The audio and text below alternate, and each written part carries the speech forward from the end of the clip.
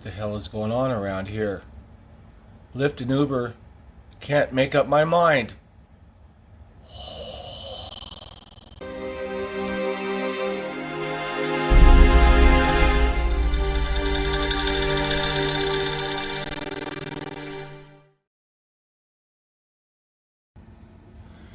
Well, this is probably the shortest video that I'm ever going to post.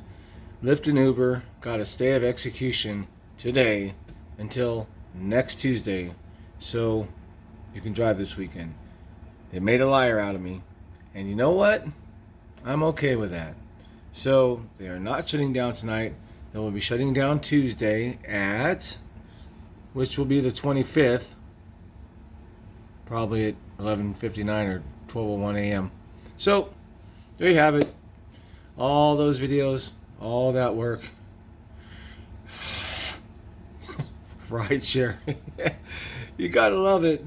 But hey, you know what? We got 5 more days to make some money. California drivers, this is gonna sound horrible. I don't think it's gonna last much longer. Max rates, man. Good luck to you. You got till Tuesday.